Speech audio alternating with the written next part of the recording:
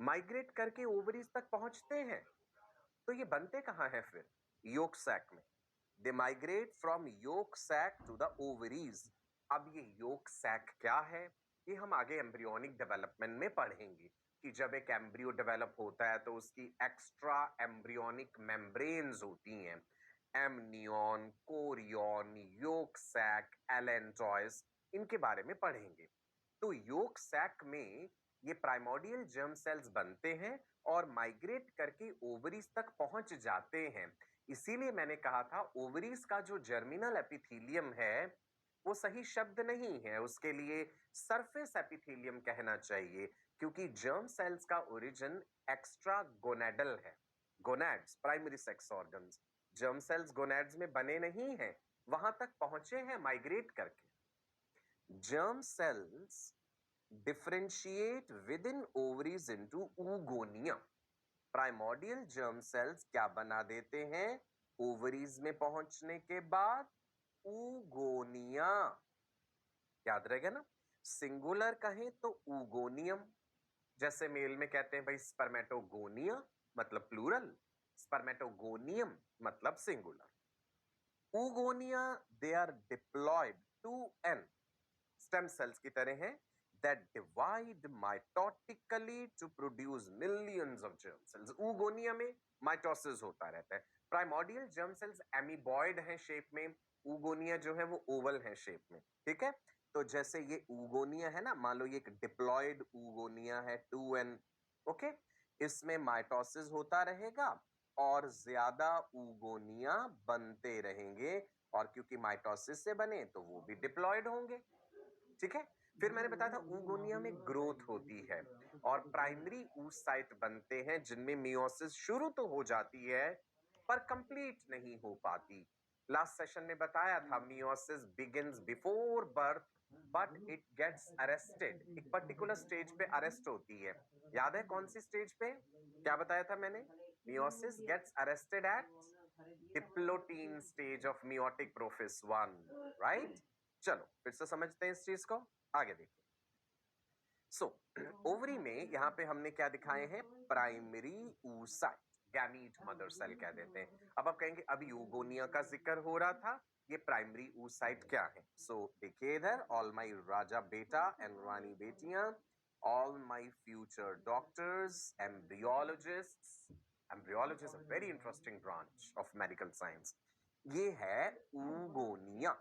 ठीक है, सिंगुलर के लिए oogoनियम लिखना चाहिए, मैं सिर्फ लैंग्वेज की कन्वीनियंस के लिए oogonia लिख रहा हूं। इस oogonia में करवा देते हैं हम ग्रोथ। ठीक है, तो ये बन गया, ऐसे बड़ा कर देते भाई, ग्रो कर गया ये क्या बन गया? प्राइमरी oocyte, जिसका यहाँ पे जिक्र है। सो oogonia ने बना दिए प्राइमरी oocyte। जितने oogonia होंगे उतने ही प्राइमरी oocyte हो जाएंगे, राइट? सो ओवरी का स्ट्रक्चर याद कीजिए। ओवरी में ये वाला रीजन क्या था जहां से ब्लड वेसल्स एंटर कर रही हैं? हाइलम। ओवरी का बाहर वाला रीजन क्या था? Cortex, ovarian cortex. ओवरी के डीप में क्या है अंदर? Ovarian medulla. हाइलम से ही blood vessels, nerves, lymph vessels enter करती हैं। ओवेरियन कॉर्टेक्स रीजन में फॉलिकल्स होते हैं, अगर आपको याद हो। Folliculogenesis, process of formation of the follicles. Follicles are present in the cortex। आप कहेंगे सर अभी आप oogonia और oocyte कह रहे हो, तो ये फॉलिकल क्या है? अब गौर से सुनो, oocyte ऐसे नेकेड नहीं होगा कि भाई उसके चारों तरफ कोई लेयर नहीं है प्रोटेक्शन वाली, ऐसा नहीं होता। सो oocyte along with the surrounding layers of cells, उसे हम फॉलिकल कहते हैं। So follicle is an oocyte surrounded by layers of granulosa cells. सादी भाषा में अगर फॉलिकल कहना हो, ठीक है, primordial follicle, primary follicle, secondary follicle, tertiary follicle, Graafian follicle. ये फॉलिकल की डेवलपमेंट की अलग अलग स्टेजेस हैं। हमें oocyte और फॉलिकल पैरेलल में साथ साथ समझना होगा। अभी oocyte की बात कर रहे हैं, ठीक है, थोड़ी देर बाद बताऊंगा कि इसी oocyte के चारों तरफ ग्रेनुलोसा सेल्स की लेयर्स बन जाती हैं। ये गोल गोल जो मैंने दिखाए हैं ये हैं ग्रेनुलोसा सेल्स। ठीक है जी, तो तब हम इसे क्या कह देंगे? जब इसके चारों तरफ ये ढेर सारे सेल्स आ गए तो आप इसे फॉलिकल कह सकते हैं। What is the name of these cells? बना लेंगे आप भी डायग्राम साथ साथ। Granulosa cells. और वो जो अंदर पड़ा है वो क्या है? वो है oocyte, प्राइमरी oocyte। ये आगे जाके सेकेंडरी oocyte भी बनेगा। तो सादी भाषा में अगर कोई मुझे कहे कि भाई फॉलिकल क्या है, तो मैं ये कहूंगा follicle is an oocyte surrounded bye granulosa cells. इसके अलावा थीकल लेयर्स भी बनेंगी। थीका इंटरना बनेगा, इस पे थीका एक्सटर्ना बनेगा, जैसे जैसे फॉलिकल साइज में बड़ा हो। वापस लौटते हैं। ओवरी में cortex region, medulla region, right? सबसे बाहर वाली एपिथेलियल लाइनिंग जर्मिनल एपिथेलियम, जो कि क्यूबॉइडल एपिथेलियम है, जिसे हमें टेक्निकली अगर सही शब्द कहना चाहिए तो सरफेस एपिथेलियम। ठीक है, क्यूबॉइडल एपिथेलियल सेल्स हैं। ये गैमीट्स को बना नहीं रहे हैं, उनका तो एक्स्ट्रागोनैडल ओरिजिन है। चलो आगे बढ़ो, इधर देखिए। Each gamete mother cell begins to undergo first meiotic division। तो प्राइमरी oocyte जो है, प्राइमरी oocyte में मियोसिस 1 की शुरुआत होती है, फर्स्ट मियोटिक डिवीजन। लेकिन वो मियोसिस रुक जाती है diplotene stage of meiotic prophase 1। याद रखना, मियोसिस बिगिंस। चलो हम मोटा मोटा लिख लेते हैं ऐसे। Meiosis begins in primary oocyte। आप भी नोट कर लीजिएगा। बट गेट्स अरेस्टेड, ये रुक जाती है। जितने भी प्राइमरी oocytes पड़े दोनों ओवरीज में, सब में शुरू होगी और सब में ही रुक जाएगी। Gets arrested at diplotene stage, diplotene stage of MP1, meiotic prophase 1। ऐसे सभी oocytes जिनकी ये मियोसिस अरेस्टेड है, उनके लिए एक नाम बताया था मैंने।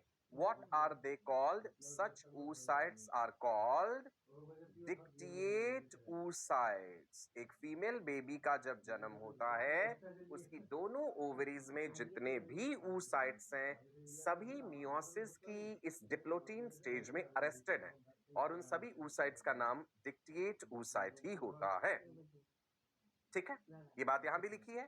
दे are getting arrested at prophase 1 of the meiosis, right?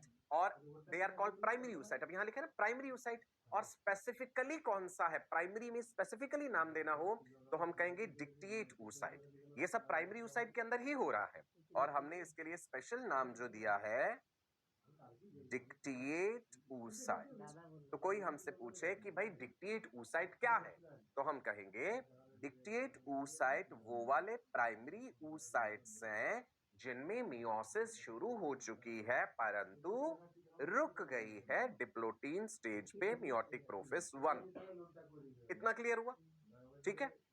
Oogonia किससे बना? प्राइमोर्डियल जर्म सेल से, पीजीसी से ऊगोनिया, माइटोसिस के जरिए। ऊगोनिया में और माइटोसिस हुआ और ज्यादा ऊगोनिया बन गए। ऊगोनिया में ग्रोथ हुई, प्राइमरी oocyte बन गए। प्राइमरी oocyte में मियोसिस शुरू हो गई पर रुक गई। ठीक है, अब मैं पैरेलल साथ के साथ फॉलिकल वाला कंसेप्ट भी समझा दूं ताकि कंफ्यूजन ना हो। चलिए जी, फॉलिक्यूलोजेनेसिस क्या है? Process of formation of follicles in the ovary. Follicle की डेवलपमेंट की अलग अलग stages. The different stages of follicular development are primordial follicle, spelling ध्यान से लिखना, primordial follicle. Number 2 primary follicle, primordial word अलग है, प्राइमरी अलग।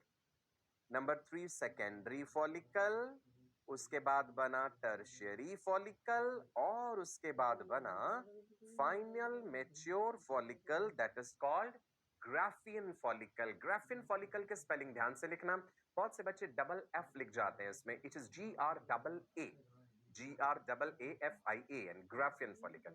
ठीक है, और ये फॉलिकल्स कहां बन रहे हैं? ओवरी के कॉर्टेक्स रीजन में प्रेजेंट है। कौन सा पिट्यूटरी का हार्मोन फॉलिकल्स की डेवलपमेंट को स्टिमुलेट करेगा? ये आपको पता है, FSH, फॉलिकल स्टिमुलेटिंग हार्मोन। कहां से आया? एंटीरियर पिट्यूटरी से। ठीक है जी, चलो आगे बढ़े। नाउ सवाल है कि प्राइमरी फॉलिकल क्या है? प्राइमरी oocyte, प्राइमरी फॉलिकल, अब रिलेट करेंगे हम। ठीक है जी, फिर से बता दूं, oocyte के बारे में क्या बताया था? प्राइमोर्डियल जर्म सेल्स माइटोसिस करके ऊगोनिया बनाते हैं। ऊगोनिया से ग्रोथ होती है और प्राइमरी oocyte बनते हैं। प्राइमरी oocyte में मियोसिस अरेस्टेड है डिप्लोटीन स्टेज में। अब प्राइमरी oocyte और प्राइमरी फॉलिकल रिलेट करने जा रहा हूं। इससे पहले मैंने क्या कहा था? Primordial follicle. What is primordial follicle? Primordial follicle is an oocyte surrounded by flattened layer of epithelial cells. Let me tell you about primordial follicle.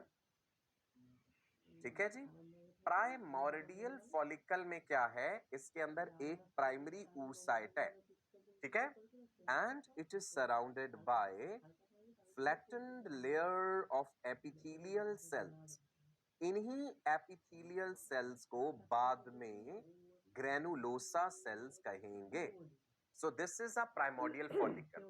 What is a primordial follicle? Primary follicle. Primordial follicle क्या है? Primary follicle से पहले की stage है। Primordial follicle के अंदर क्या है? oocyte है। तो ये जो अंदर oocyte पड़ा हुआ है, oocyte की प्लाज्मा मेम्ब्रेन को ऊलेमा कहते हैं। ये oocyte है primary oocyte. So what is primordial follicle?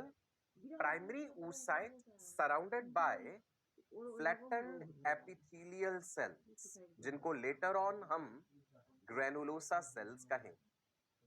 ये हो गया प्राइमोर्डियल फॉलिकल। प्राइमोर्डियल से क्या नेक्स्ट स्टेज आनी है? प्राइमरी। प्राइमरी फॉलिकल में क्या होता है? ये जो फ्लैटेंड एपिथेलियल सेल्स है ना, ये क्यूबॉइडल हो जाता है। Primary follicle surrounded by cuboidal cells. अगली स्टेज है डेवलपमेंट। यहां पे फ्लैटेंड थे पहले, surrounded by cuboidal cells, cuboidal epithelial cells. Clear है जी? oocyte की प्लाज्मा मेम्ब्रेन के लिए क्या टर्म कही थी मैंने? oocyte की प्लाज्मा मेम्ब्रेन ऊलेमा है। The plasma membrane of oocyte is oolemma. अब आपको यहाँ पे ओवरी में प्राइमरी फॉलिकल्स दिखाए गए हैं। इनसे जो छोटे होंगे साइज में, और मान लो ये वाले हैं, चलो जो बहुत ही छोटे हैं, ये प्राइमोर्डियल फॉलिकल्स हैं, राइट जी? So these are primordial follicles. नीचे लिखा है जी primary oocyte plus the granulosa cells is what is primary follicle. सही बात है। इन्हीं एपिथेलियल सेल्स का नाम हम बदल देते हैं आगे जाके डेवलपमेंटल स्टेज में, ग्रेनुलोसा सेल्स कह देते हैं। न्यूट्रिशन प्रोवाइड करेंगे और भी कई काम करते हैं। यहां पे भी आप ग्रेनुलोसा सेल्स कह सकते हैं, कोई प्रॉब्लम नहीं है। एपिथेलियल सेल्स है ना, चलो मैं लिख देता हूं ग्रेनुलोसा सेल्स, राइट? क्लियर हुआ इतना? Primordial germ cells, oogonia, primary oocyte। Primary oocyte ने कहा कि भैया मुझे बचा लो, मेरे चारों तरफ प्रोटेक्टिव लेयर्स बना दो। तो प्रोटेक्टिव लेयर्स आ गई, न्यूट्रिटिव लेयर्स भी हैं, प्रोटेक्टिव भी हैं, तो वो फॉलिकल कहलाएगा। ठीक है, अब ध्यान रखना, जब मैं फॉलिकल कहूं तो मैं बाहर वाली लेयर्स की रेफरेंस की बात कर रहा हूं, और जब मैं सिर्फ oocyte कहूं तो फॉलिकल के अंदर पड़ा हुआ है oocyte। कंफ्यूज नहीं होना है इसमें। चलो जी आगे बढ़ते। ग्रेनुलोसा सेल्स की कुछ खास बात कर लेते हैं। ये देखो जी, ये अंदर दिखाया प्राइमरी oocyte, ये है जी गोल गोल granulosa cells. They guide the development of the oocyte and they protect the developing oocyte. Developing oocyte को प्रोटेक्ट कर रहे हैं, न्यूट्रिशन भी देते हैं। अच्छा ये भी ध्यान रखना, न्यूट्रिशन, ठीक है। हार्मोन सिक्रेशन में भी इनका रोल है। पिट्यूटरी से एफएसएच आ रहा है भाई, पिट्यूटरी से एलएच भी आ रहा है। एफएसएच और एलएच का कोई टारगेट तो होगा ना कि वो ओवरी में, फॉलिकल में कहां जाके एक्ट कर रहा है? जो एंटीरियर पिट्यूटरी है, याद करो, एंटीरियर पिट्यूटरी ग्लैंड दो गोनेडोट्रोपिन्स बनाती है जो गोनैड्स पे एक्ट करते हैं, LH and FSH. Anterior pituitary के दो गोनेडोट्रोपिन्स हैं। हमने कहा फीमेल में गोनेडोट्रोपिन्स फीमेल गोनैड पे एक्ट करते हैं, ओवरी पे। तो ओवरी के अंदर कहां पे, कौन से सेल्स पे, ये भी तो पता होना चाहिए ना। ओवरी के कॉर्टेक्स में फॉलिकल्स हैं, तो फॉलिकल में कहां पे एक्ट कर रहे हैं जाके? LH का जो टारगेट होता है ना वो फॉलिकल के थीका इंटरना सेल्स होते हैं। हम पढ़ेंगे आगे, अभी फॉलिकल में थीका इंटरना लेयर बनेगी। FSH का जो टारगेट होता है फॉलिकल स्टिमुलेटिंग हार्मोन के रिसेप्टर्स जो हैं वो ग्रेनुलोसा सेल्स पर प्रेजेंट है। ये ध्यान रखने वाली बात है भाई, ठीक है जी। सो ग्रेनुलोसा सेल्स न्यूट्रिशन भी दे रहे हैं और these have receptors for, let me right here, granulosa cells have receptors for follicle stimulating hormone FSH, ठीक है। ये एंड्रोजन्स को ईस्ट्रोजन में बदलते हैं।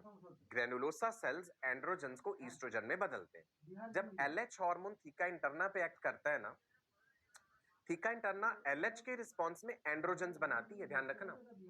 Theca interna produces male sex hormones, बात फीमेल की हो रही है लेकिन बनते मेल सेक्स हार्मोन्स है, ठीक है जी। So androgens diffuse into granulosa cells, granulosa cells convert androgens into estrogens. Let me write here, granulosa cells convert, aromatization होता है इनमें, they convert androgens, the male sex hormones, into estrogens. ये भी granulosa cells का काम है। यानी granulosa cells hormone भी सिक्रीट कर रहे हैं, यहां लिख देते हैं भाई, granulosa cells का काम है estrogens सिक्रीट करना।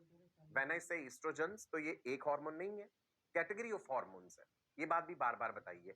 ईस्ट्रोन है, ईस्ट्रायोल है, इसमें ईस्ट्राडायोल।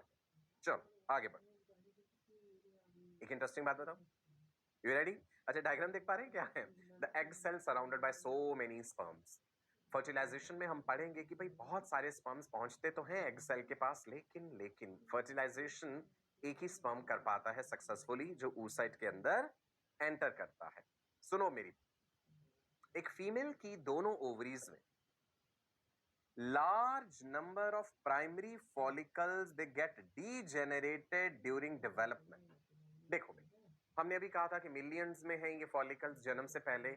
जैसे जैसे एज बढ़ती जाएगी ना, फॉलिकल्स का नंबर एंड ऑफ कोर्स साथ के साथ oocytes का नंबर कम होता जाता है। It is a genetically programmed process, और उस जेनेटिकली प्रोग्राम्ड प्रोसेस को कहते हैं बेटा, याद रखना है, इंपॉर्टेंट है, the genetically programmed process is called follicular एट्रीसिया।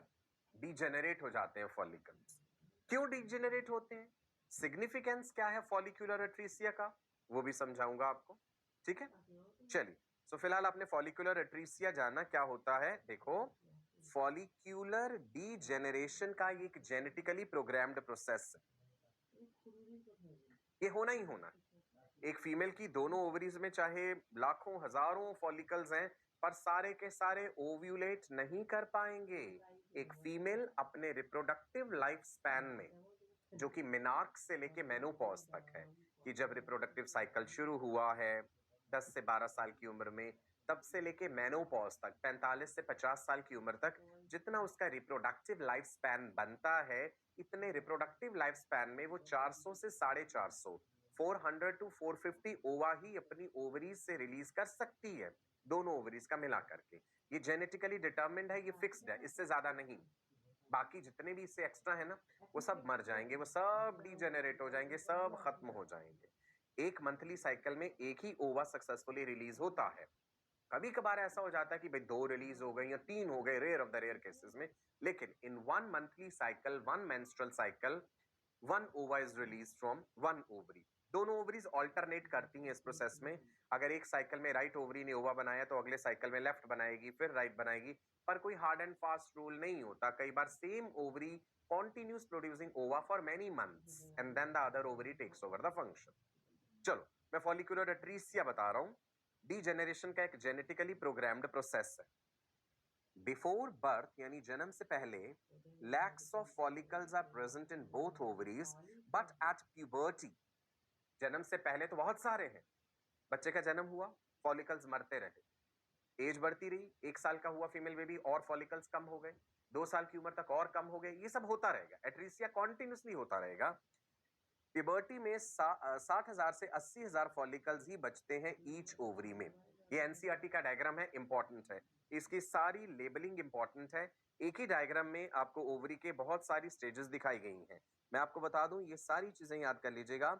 यहाँ पे ब्लड वेसल्स दिखाई गई हैं ओवरी में, प्राइमरी फॉलिकल दिखाया गया है, सेकेंडरी फॉलिकल की स्टेज नहीं दिखाई गई। उसके बाद टर्शियरी फॉलिकल है जिसमें एंट्रम है। एंट्रम का मतलब होता है कैविटी बननी शुरू हो गई है, फॉलिक्यूलर कैविटी जिसमें फॉलिक्यूलर फ्लूइड भरेगा। उसके बाद ये है जी Graafian follicle, the final mature follicle. कई बार लेबलिंग करके भी क्वेश्चन आपको दे सकते हैं कि A B C D X Y Z लिख दो कि भाई आपको पता हो कि ये फॉलिकल की कौन सी स्टेज है। ये ग्राफियन फॉलिकल का रप्चर होना दिखाया गया है और इस प्रोसेस को कहते हैं ओव्यूलेशन। नाउ ये ध्यान दीजिएगा, ओवरी से जो रिलीज हुआ है ना, इसको ओवम लिख तो दिया है बट टेक्निकली ये ओवम नहीं है। अभी इसने अपनी मियोसिस कंप्लीट नहीं करी है, ये अभी सेकेंडरी oocyte है।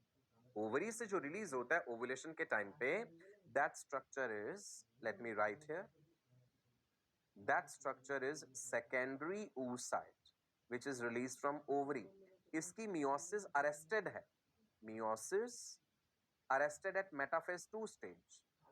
Meiosis of the secondary oocyte is arrested किस पे? मेटाफेज 2 पे। अभी हमने पढ़ना है, अभी हम प्राइमरी oocyte तक पढ़ चुके हैं। प्राइमरी oocyte की मियोसिस हमने कहा था कि भाई डिप्लोटीन स्टेज पे अरेस्टेड है। आगे हम देखेंगे कि ये मियोसिस कब रिज्यूम होती है। ओवुलेशन से पहले, प्यूबर्टी के टाइम पे जब ओवुलेशन होना है ना, उससे कुछ समय पहले ही ये मियोसिस रिज्यूम करता है oocyte अपनी, लेकिन फिर से अरेस्ट हो जाता है मेटाफेज 2 में। तो तभी प्राइमरी से वो सेकेंडरी बना। तो ओवरी से रिलीज होने वाला वो स्ट्रक्चर सेकेंडरी oocyte है, वो ओवम नहीं है। ओवम वो तब बनेगा जब ये सेकेंडरी oocyte फेलोपियन ट्यूब में पहुंचेगा और स्पर्म उसे पेनिट्रेट करेगा, फर्टिलाइजेशन होगा। और अगर फर्टिलाइजेशन नहीं हुआ तो वो कभी ओवम बना ही नहीं। वो सेकेंडरी oocyte ऐसे ही खत्म हो जाता है फेलोपियन ट्यूब में। 24 घंटे उसका सर्वाइवल टाइम होता है, 24 घंटे के बाद वो मर जाता है। फेगोसाइट्स उसे खा जाते हैं without leaving any scar of its existence. उसके अस्तित्व का कुछ भी नहीं बचता, वहां पे फेलोपियन ट्यूब में ही खत्म हो जाता है। ठीक है जी, चलिए आगे बढ़े। प्राइमरी फॉलिकल समझ आ गया, प्राइमोडियल फॉलिकल भी समझ आ गया। पहली स्टेज प्राइमोडियल फॉलिकल, दूसरी स्टेज प्राइमरी, तीसरी सेकेंडरी फॉलिकल।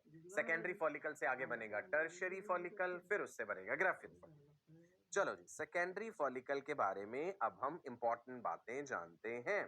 फॉलिकल की डेवलपमेंट की अगली स्टेज है। प्राइमोडियल ही प्राइमरी में बदला है, प्राइमरी ही सेकेंडरी में बदला है। With continuing maturation the primary follicle develops into secondary follicle. Secondary follicle में ग्रेनुलोसा सेल्स तो हैं ही, उसके बाहर थीकल लेयर्स भी होती है, theca externa, theca interna. In a secondary follicle the theca differentiates into 2 layers. ठीक है जी, थीका दो में डिफरेंशिएट है, theca interna and theca externa. ठीक है, मैं अभी बना के भी दिखाऊंगा। थीका इंटर्ना जो है हाईली वेस्कुलर है, ब्लड सप्लाई बहुत ज्यादा है। अंदर वाली लेयर है क्यूबॉइडल सिक्रीटरी सेल्स हैं जो कि ईस्ट्रोजन्स भी सिक्रीट कर रहे हैं। एंड्रोजन तो बना ही रहे हैं, ईस्ट्रोजन भी रिलीज कर रहे हैं, एंड्रोजन का ईस्ट्रोजन में कन्वर्जन हो जाता है। Theca externa is outer layer of stromal cells and collagen fibres. So theca externa is fibrous, avascular, यहां ब्लड सप्लाई नहीं है। Theca interna is vascular, right जी। चलिए आगे देखें। सेकेंडरी फॉलिकल कन्वर्ट हुआ नेक्स्ट डेवलपमेंटल स्टेज में, यानी टर्शियरी फॉलिकल। टर्शियरी फॉलिकल में क्या हो रहा है देखते हैं। Secondary follicles transform into tertiary follicles by having a fluid filled cavity called antrum. Tertiary follicle में एंट्रम है, जोना पेलुसिडा भी बन चुकी है यहाँ पे, ये भी बता दूंगा। चलो मैं बना के दिखाता हूँ। सेकेंडरी फॉलिकल बनाऊं पहले। ये रहा एक प्राइमरी oocyte और बीच में उसके न्यूक्लियस है। इसके बाहर ग्लाइकोप्रोटीनेशियस लेयर है, जोना पेलुसिडा। इसके बाहर ग्रेनुलोसा सेल्स, ये जो गोल गोल बना रहा हूं, ग्रेनुलोसा सेल्स का नंबर इंक्रीज होता रहता है ताकि फॉलिकल का साइज जो है वो बड़ा होता है। These are granulosa cells. Secondary follicle की बात कर रहे हैं।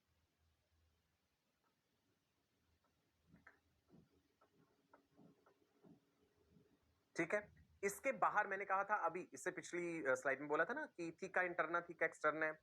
तो पहले बना रहा हूं ये थीका इंटरना, राइट। ग्लैंड्यूलर है, वेस्क्यूलर है, वेस्क्यूलर व्हेन आई से इट मीन्स इस थीका इंटरना में ब्लड सप्लाई है. लेट्स लेवल, आप भी साथ साथ बनाएंगे. थीका इंटरना, बायोलॉजी में डायग्राम्स को प्रैक्टिस जरूर करना चाहिए, that's a very good habit. और ये क्या है जी? ग्रेनुलोसा सेल्स, जिनके फंक्शंस बताए मैंने आपको, नंबर बढ़ता जा रहा है इनका. और उसके अंदर नीचे जोना पेलुसिडम, उससे नीचे oocyte पड़ा हुआ है, primary oocyte, arrested stage of meiosis में, है ना. थीका इंटरना हो गई. इसके बाहर फाइब्रस लेयर है. अभी अभी देखा था ना, कोलेजन फाइबर्स हैं. सो ये सबसे बाहर ये जो फाइब्रस सी लेयर आ गई, दिस इज, इस तरफ लिख देते हैं, theca externa fibrous avascular. LH hormone, luteinizing hormone, कहां एक्ट कर रहा था जाके? थीका इंटरना पे. ठीक है जी. सो ये सेकेंडरी फॉलिकल की नेक्स्ट स्टेज क्या आ गई? टर्शरी फॉलिकल, जो भी जिक्र हो रहा है. टर्शरी फॉलिकल में ये सारी लेयर्स की फॉर्मेशन कंप्लीट हो गई, ग्रेनुलोसा सेल्स का और ज्यादा नंबर बढ़ गया, फॉलिकल का साइज और ज्यादा बड़ा हो गया, और बीच में कुछ कुछ ग्रेनुलोसा सेल्स इधर उधर खिसक गए और कैविटी बन गई, जिसे हमने कहा है एंट्रम. ये ग्रेनुलोसा सेल्स रीअरेंज कर लेते हैं अपने आप को, एंट्रम. एंट्रम कैविटी में फ्लूइड होता है, एंट्रल फ्लूइड कहते हैं, फॉलिकुलर फ्लूइड, जो फ्लूइड ग्रेनुलोसा सेल्स ने ही रिलीज करा है. Tertiary follicle. The presence of antrum signifies the formation of the tertiary follicle. Antrum is what? Antrum is the cavity. एक बड़ी prominent सी cavity बन जाती है. और देखो, cavity बन गई तो बाकी ग्रेनुलोसा सेल्स इधर उधर खिसक गए हैं, और oocyte ये बीच में, oocyte एक बीच में जो था वो अब साइड में हो गया है ना, राइट जी. और इस एंट्रल कैविटी में क्या है? Enteral cavity has enteral fluid. Antral fluid, which is also called follicular fluid. इस फ्लूइड को किसने सिक्रेट करा है? Granulosa sales. Antral fluid or the follicular fluid, which is secreted by granulosa cells, and it is rich in estrogens. Clear है इतना? Tertiary follicle. Okay, चलो एक चीज रिकॉल करते हैं हम. हाइपोथैलेमस ने बनाया था GnRH. फुल फॉर्म याद है GnRH की? Gonadotropin releasing hormone. ये gonadotropin releasing hormone anterior pituitary तक पहुंचा, और इसने एंटीरियर पिट्यूटरी से कहा कि भाई तुम अपने गोनेडोट्रोपिन्स बनाओ, LH और FSH. यहां FSH का जिक्र दिखाया गया है, ये रहा FSH, follicle stimulating hormone. Blood circulation के थ्रू ये फॉलिकल स्टिमुलेटिंग हार्मोन ओवरीज तक पहुंच रहा है. किस पे एक्ट कर रहा है जाके? ग्रेनुलोसा सेल्स पे, राइट. सो GnRH किस पे एक्ट कर रहा था? एंटीरियर पिट्यूटरी पर. और इसके रिस्पॉन्स में एंटीरियर पिट्यूटरी ने क्या बनाया था? गोनेडोट्रोपिन्स. कौन कौन से गोनेडोट्रोपिन्स? FSH, follicle stimulating hormone, and LH, luteinising hormone, जो जाके गोनाड्स पे एक्ट कर. नाउ प्यूबर्टी के टाइम पे, when a female attains the age of puberty, sexual maturity, 10 से 12 साल की as, endocrine glands are developed enough, hypothalamus is producing more GnRH, which is acting on anterior pituitary, and anterior pituitary is producing LH and FSH in large amounts, which are acting on ovaries. और ये सारी प्रक्रिया एकदम से शुरू हो जाती है. ठीक है, क्या होता है जी? During puberty, the arrested primary oocytes, they starts growing and complete their first meiotic division. Now, अब क्या होना है कि भाई LH FSH sufficiently developed, तो FSH हार्मोन जो है, फॉलिकल स्टिमुलेटिंग हार्मोन, ओवरीज पे जाके एक्ट करा. आप कहेंगे दो ओवरीज है, राइट एंड लेफ्ट. बिल्कुल. जिस ओवरी के पास ज्यादा रिसेप्टर्स हैं एक पर्टिकुलर मंथली साइकिल में, उधर उस हार्मोन का एक्शन ज्यादा हो. तो ओवरी पे एक्ट करा, तो ओवरी में फॉलिक्यूलोजेनेसिस एक तरह से रिज्यूम हुआ. फॉलिकल के अंदर जो oocyte अरेस्टेड स्टेज में पड़े हुए थे, अब एक तरह से वो जाग जाएंगे, है ना, कि हमारी मियोसिस इतने लंबे समय से अरेस्टेड पड़ी थी, अब वक्त आ गया है हमें उस मियोसिस को आगे बढ़ाना है. ठीक है जी. तो मियोसिस को आगे कहां से बढ़ाना है? कहां पे अरेस्टेड थी? Diplotene stage of meiotic prophase 1 पे अरेस्टेड. ठीक है. सो एक साथ ना बहुत सारे फॉलिकल्स ग्रो करना शुरू करते हैं। हम मेंस्ट्रुअल साइकिल में पढ़ेंगे कि जब साइकिल का डे 1 होता है, on first day of the menstrual bleeding, जब यूट्रस में ब्लीडिंग फेस है, उसी समय ओवरी में फॉलिक्यूलर फेस होता है।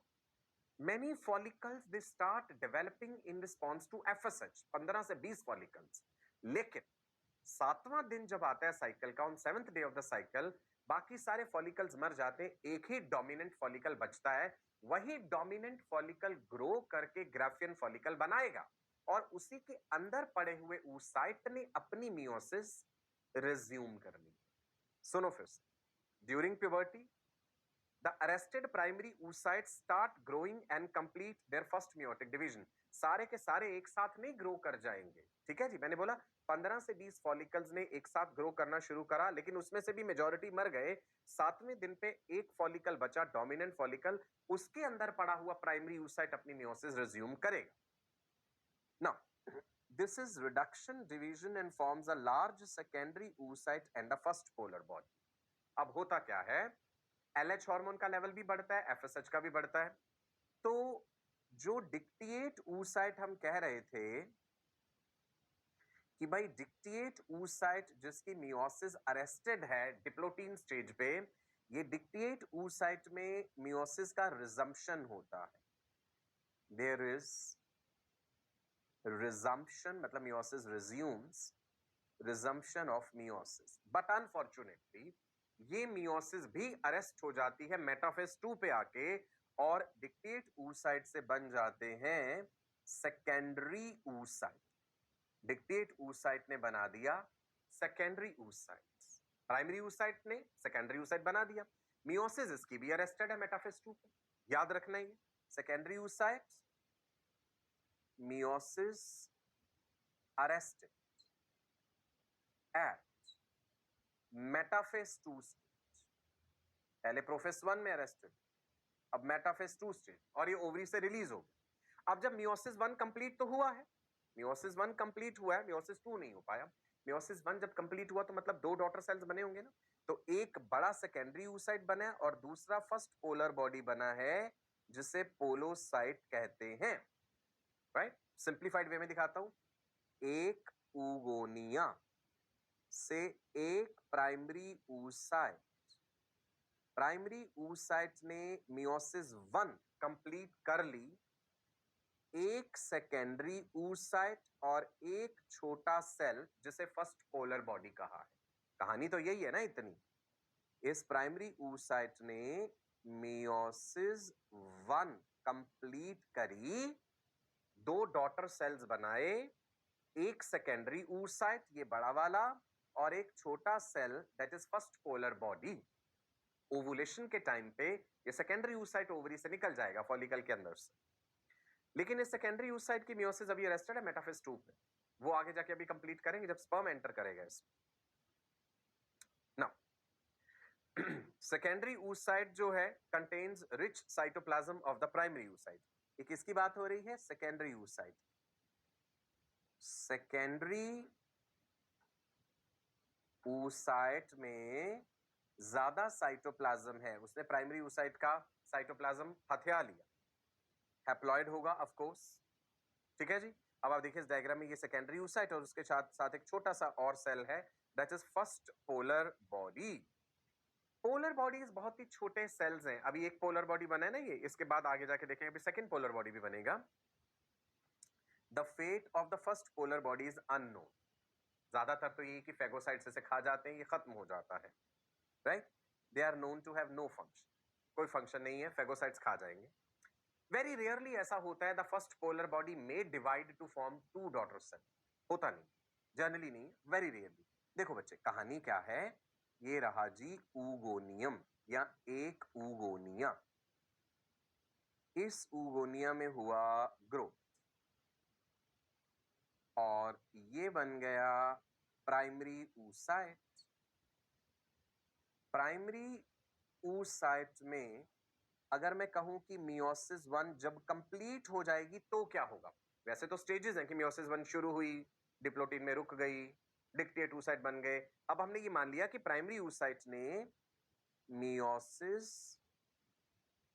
1 जब कंप्लीट हो जाएगी प्यूबर्टी के टाइम पे, मियोसिस 1 कंप्लीटेड, तो एक बना हैप्लॉइड वाला सेकेंडरी oocyte और एक छोटा daughter cell which is called first polar body. मैं इस पोलर बॉडी की बात कर रहा हूं। ज्यादातर साइटोप्लाज्म ऊप्लाज्म सेकेंडरी oocyte ने अपनी तरफ खींच लिया, पोलर बॉडी को नहीं लिया, ठीक है जी। सो पोलर बॉडी डिजेनरेट हो जाते हैं, फेगोसाइट्स उन्हें खा जाते हैं। Very rarely it happens that this polar body can also divide to form 2 daughter cells, क्योंकि मियोसिस का अल्टीमेट नतीजा क्या होता है, एक सेल से 4 डॉटर सेल्स बनने, ठीक है जी। तो होगा क्या, ये सेकेंडरी oocyte जो है ये भी आगे जाकर के एक फंक्शनल ओवम बनाएगा और एक पोलर बॉडी और बनाएगा, that is second polar body, जब मियोसिस 2 कंप्लीट होगा स्पर्म की एंट्री पे। सो सिमिलरली मैं कह रहा हूं कि very rarely it is seen that this polar body also divides, इसीलिए हम कह देते हैं पोलर बॉडी मे और मे नॉट डिवाइड। तो टोटल कितने पोलर बॉडीज बन गए, 3 पोलर बॉडीज, एक बड़ा वाला cell that is ovum and 2 to 3 polar bodies. अगर फर्स्ट पोलर बॉडी डिवाइड करी तो टोटल 3 हो जाएंगी, ठीक है। ओवरऑल यही है कि मियोसिस का रिजल्ट होता है 4 डॉटर सेल्स। यहाँ पे कंडीशन क्या हो रही है कि अलग अलग लेवल्स पे मियोसिस बीच बीच में रुक रही है, जिसके कारण ये चीज थोड़ी कॉम्प्लिकेटेड लग रही हो, राइट जी। चलो आगे बढ़े, ठीक है जी। फॉलिकल की डेवलपमेंट की क्या क्या स्टेजेस देखी, primordial follicle, primary follicle, secondary follicle, tertiary follicle, अब आता है final mature follicle that is Graafian follicle. Spelling ध्यान दीजिएगा, ग्राफियन फॉलिकल किससे बना है, टर्शरी फॉलिकल से ही। Tertiary follicles grow and become the final mature follicle called Graafian follicle. Generally एक टाइम पे एक ही ग्राफियन फॉलिकल ओवरी में देखने को मिलता है, सेकेंडरी 2 हो सकते हैं, टर्शरी भी जनरली एक होता है। मान लो कभी 2 टर्शरी फॉलिकल भी दिख गए तो उनमें से ग्राफियन वाली स्टेज तक मोस्टली एक ही पहुंच पाएगा। Graafian follicle is the final mature follicle which undergoes ovulation. Graafian follicle में ओवुलेशन होता है और ओवुलेशन के समय ग्राफियन फॉलिकल फटता है, इसके अंदर पड़ा हुआ सेकेंडरी oocyte रिलीज हो जाता है। ग्राफियन फॉलिकल का डायमीटर लगभग 2.5 सेंटीमीटर है, 2.5 सेंटीमीटर के करीब है, लार्ज फ्लूइड फिल कैविटी है। अब आप देखिए ग्राफियन फॉलिकल पूरे एनलार्ज्ड व्यू में मैंने आपको दिखाया, गौर से समझिएगा। फॉलिकल है, इसके अंदर oocyte पड़ा हुआ है। चलो जी देखते हैं अलग अलग इसकी लेयर्स क्या है। ये तो रहे जी ग्रेनुलोसा सेल्स, गोल गोल गोल। ये पड़ा है इसके अंदर प्राइमरी oocyte, जिसकी मियोसिस अरेस्टेड है कौन सी स्टेज पे, मियोसिस कौन सी स्टेज पे अरेस्टेड है प्राइमरी oocyte की, डिप्लोटीन स्टेज पे। ना होगा क्या, ओवुलेशन से पहले ये प्राइमरी oocyte सेकेंडरी में परिवर्तित होगा LH हार्मोन के रिस्पॉन्स। LH ल्यूटिनाइजिंग हार्मोन जो है ओवुलेशन कॉजिंग हार्मोन है, ये क्वेश्चन कई बार आता भी है। Which hormone ruptures the wall of Graafian follicle and causes ovulation? It is LH. जैसे ही LH सर्ज होता है, देखिए अगर साइकिल 28 डेज का है ना, जरूरी नहीं हर बार 28 डेज का हो, अगर साइकिल 28 डेज का है तो ovulation occurs in the mid of the cycle, मान लीजिए डे 14 पे। तो ओवुलेशन से 1-2 दिन पहले there is sharp increase in the level of LH, luteinising hormone का लेवल बढ़ता है, that is called LH surge and that ruptures the wall of Graafian follicle, और वो ग्राफियन फॉलिकल की वॉल को तोड़ देता है LH सर्ज, और उसी समय ग्राफियन फॉलिकल के अंदर पड़ा हुआ ये डिक्टिएट oocyte LH के रिस्पॉन्स में अपनी मियोसिस को रिज्यूम करता है, और वो मियोसिस फिर से अरेस्ट हो जाती है मेटाफेज 2 स्टेज पे। तभी हम कहते हैं कि ये प्राइमरी oocyte जो है किस में बदल जाता है, सेकेंडरी oocyte।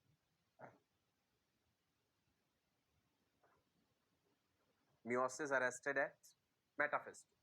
बाकी लेयर्स देखते हैं फॉलिकल की। पहले तो ये एंट्रम भी देख लीजिए, अ फ्लूइड फिल्ड कैविटी जिसमें फॉलिकुलर फ्लूइड है। ग्रेनुलोसा सेल्स की जो लेयर oocyte को सराउंड कर रही है that's called corona radiata. Granulosa cells ने अलग अलग पोजीशंस ले ली। कुछ ग्रेनुलोसा सेल बिल्कुल oocyte के चारों तरफ है, जोना पेलुसिडा के बाहर। सबसे अंदर तो oocyte है ही है, oocyte की अपनी प्लाज्मा मेम्ब्रेन होगी दैट इज कॉल्ड एज ऊलेमा। ऊलेमा के बाहर है जोना पेलुसिडा, उसके बाहर ग्रेनुलोसा सेल्स की जो लेयर है दैट इज कोरोना रेडिएटा। जो ग्रेनुलोसा सेल्स ये बिल्कुल पेरीफेरी पे चले गए हैं, ये वाले, this is what is called as membrana granulosa, ये वाले, इनको हम कह देते हैं membrana granulosa। ठीक है जी, ये थीका एक्सटर्ना और ये theca interna. Theca interna is glandular, it is vascular. Theca externa is fibrous, it is avascular. So ये जो complete structure आपको ओवरी में दिख रहा है ना, ये this is what is Graafian follicle. Naked eye से आप देख सकते हैं एक bulging structure है ओवरी में, right? क्लियर है जी, 2.5 सेंटीमीटर के करीब मैंने डायमीटर बताया। एक और डायग्राम देखिए ग्राफिन फॉलिकल का। ग्राफिन फॉलिकल के अंदर अब मैंने यहाँ पे दिखा दिया सेकेंडरी oocyte। सेकेंडरी oocyte किससे बना है? सेकेंडरी oocyte ग्राफिन फॉलिकल के अंदर वो जो डिक्टेट oocyte था उसकी मियोसिस रिज्यूम हो जाने से सेकेंडरी oocyte बन गया और साथ में एक छोटा सा पोलर बॉडी भी होगा जो यहाँ नहीं दिखाया गया। ये रही जी कैविटी, दैट इज एंट्रम। सबसे बाहर वाली लेयर अगर मैं लेबल करूं दैट विल बी, बोलिए कौन सी लेयर होगी सबसे बाहर? Theca externa, fibrous and avascular. उसके नीचे थीका इंटरना, ठीक है। उसके नीचे ये वाले सेल्स ग्रेनुलोसा सेल्स हैं, पर पूरी लेयर का नाम मेम्ब्राना ग्रेनुलोसा। याद हो जाना चाहिए आपको ये साथ साथ। सबसे अंदर हमें oocyte दिख रहा है। अच्छा ये भी ध्यान रखना, ये जो मास ऑफ सेल्स है, एक मास ऑफ सेल्स है ना जिसमें कोरोना रेडिएटा लेयर जो है, ये वाली लेयर थी ना corona radiata. Let's write here, हमारी प्रैक्टिस भी हो गई इस चीज की। कोरोना रेडिएटा, वो मास ऑफ सेल्स जिसने कोरोना रेडिएटा को मेम्ब्राना ग्रेनुलोसा से जोड़ा हुआ है, this is called, this is important, this is called cumulus oophorus। Graafian follicle का डायग्राम आपको अच्छे से आना चाहिए। क्यूम्यूलस oophorus, क्लियर है जी? राइट, कितनी सारी चीजें समझ आ गई हमें ग्राफियन फॉलिकल के इस डायग्राम में। चलो एक बार पूरी समरी देख लेते हैं फॉलिक्यूलोजेनेसिस। पूरा फॉलिक्यूलोजेनेसिस देख लो आप क्या क्या है जी। कहां से शुरू करें? चलो यहां से शुरू कर दिया, स्टेज नंबर 1 प्राइमोर्डियल फॉलिकल। उसके बाद स्टेज नंबर 2, ये सब एफएसएच के रिस्पॉन्स में हो रहा है, follicle stimulating hormone. Primordial follicle से प्राइमरी फॉलिकल, उसके बाद सेकेंडरी फॉलिकल, उसके बाद बन जाएंगे जी टर्शियरी फॉलिकल, राइट। अब आप लेयर्स देख लीजिए, प्राइमरी oocyte है अंदर पड़ा हुआ, ढेर सारी लेयर्स हैं बाहर जिनमें से एक जोना पेलुसिड है। You can see the blood vessels also. Number 5 पे आपको ये जो इतना बड़ा फॉलिकल ये दिख रहा है, ये कौन है? दिस इज ग्राफियन फॉलिकल, है ना ब्यूटीफुल डायग्राम। ओवरी में आपको सारी स्टेजेस दिखाई गई। अब बात ये मत समझना कि घूम घूम के ओवरी में अलग अलग जगहों पे जा रहा है, नहीं, वो तो आपको एक ही स्लाइड में सारी चीजें दिखाने के लिए करा गया। अदरवाइज तो जिस जगह पे पड़ा है वहीं पे पड़ा ही तो अलग अलग डेवलपमेंटल स्टेजेस में जाएगा ना। एग्री? नाउ ग्राफिन फॉलिकल की ये रही कैविटी एंट्रम, ये है उसके अंदर सेकेंडरी oocyte, ये हो गया ओवुलेशन। पॉइंट नंबर 6 पे हमने क्या दिखाया है? ग्राफियन फॉलिकल की वॉल टूट गई और उसके अंदर पड़ा हुआ सेकेंडरी oocyte और उसके चारों तरफ zona pellucida, corona radiata, cumulus oophorus, ये सारी चीजें निकल जाती हैं। तो ग्राफिन फॉलिकल जो है, ग्राफियन फॉलिकल जो है, जब ये फटता है, इसके अंदर पड़ा हुआ सेकेंडरी oocyte जब निकलता है ओवुलेशन के समय, तो अपने चारों तरफ कुछ प्रोटेक्टिव लेयर्स को भी साथ ले जाता है, जिसमें से जोना पेलुसिडा, कोरोना रेडिएटा और क्यूम्यूलस oophorus है। फेलोपियन ट्यूब्स का काम होगा इसे पकड़ना या ना पकड़ना, जो आगे हम डिस्कस करेंगे।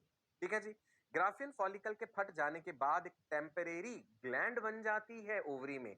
You remember that temporary endocrine gland which is formed in the ovary after ovulation, slightly yellowish in color, that temporary endocrine gland is called corpus luteum। Corpus luteum क्या है? ग्राफियन फॉलिकल के बचे खुचे sales से बना एक temporary endocrine gland है, जो कि small amount of oestrogen and large amount of progesterone बनाता। क्लियर है जी? कॉर्पस ल्यूटियम को येलो बॉडी भी कहते हैं, आगे भी डिस्कस करेंगे। कॉर्पस ल्यूटियम को येलोइश कलर का हमने दिखाया है, ग्राफियन फॉलिकल के बचे कुछ सेल्स से बना है, स्मॉल अमाउंट में ईस्ट्रोजन एंड लार्ज अमाउंट में प्रोजेस्टेरॉन बनाता है, रिलैक्सिन एंड इनहिबिन भी बनाता है। ये we will discuss that. Clear है जी? एक चीज और नोट कर लेते हैं, जो मेम्ब्रेन डेवलप हुई थी सेकेंडरी oocyte के चारों तरफ जो प्रेजेंट है, that is zona pellucida, glycoproteinaceous layer है। Zona pellucida is a glycoproteinaceous layer. What is ovulation? Let's understand quickly. Graafian follicle ruptures and releases the secondary oocyte। Ovum नहीं है, ध्यान दीजिए। Graafian follicle ruptures, कौन से hormone के response में? LH। अगर हमसे पूछा जाए which is ovulation causing hormone, याद रखना LH induces ovulation. Secondary oocyte release होता है, और अगर साइकिल 28 डेज का है, ovulation occurs in the mid of the cycle, और फिर ओवुलेशन के बाद जो ग्राफियन फॉलिकल है उसके बचे खुचे सेल्स ने क्या बना दिया? Graafian follicle transforms to corpus luteum. Corpus luteum is also called yellow body. It has lutein protein and carotene pigment. It secretes small amount of estrogen and large amount of progesterone to maintain the uterus. तो हम पढ़ेंगे आगे कि progesterone का role है कि भाई uterus को कॉन्ट्रैक्ट नहीं होने देना, प्रेगनेंसी बना के रखना है। सो फिलहाल हम लिख लेंगे corpus luteum is temporary endocrine gland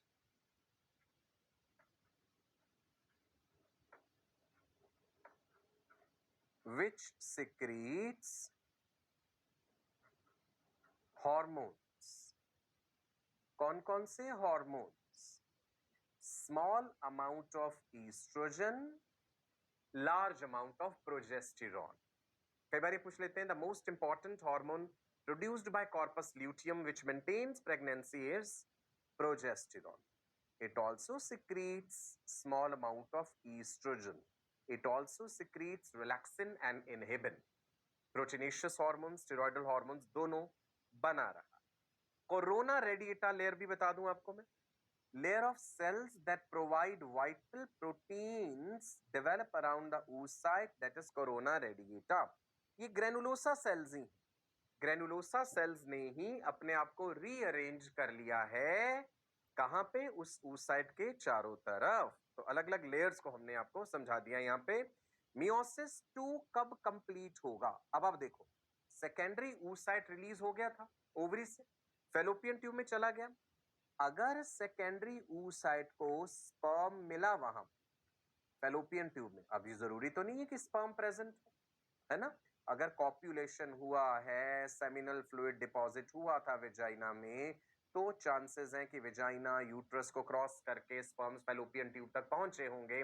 तो सेकेंडरी oocyte को अगर स्पर्म मिला, अब सेकेंडरी oocyte के चारों तरफ यहाँ पे और लेयर्स भी हैं। यहाँ पे मैंने बोला था ना, जब वो रिलीज हुआ है तो उसके चारों तरफ जोना पेलुसिडा है, उसके चारों तरफ कोरोना रेडिएटा है, क्यूमुलस oophorus के सेल्स हैं, ये सारी प्रोटेक्टिव लेयर्स हैं। तो स्पर्म को सारी लेयर्स को चीरते हुए आगे जाना होगा।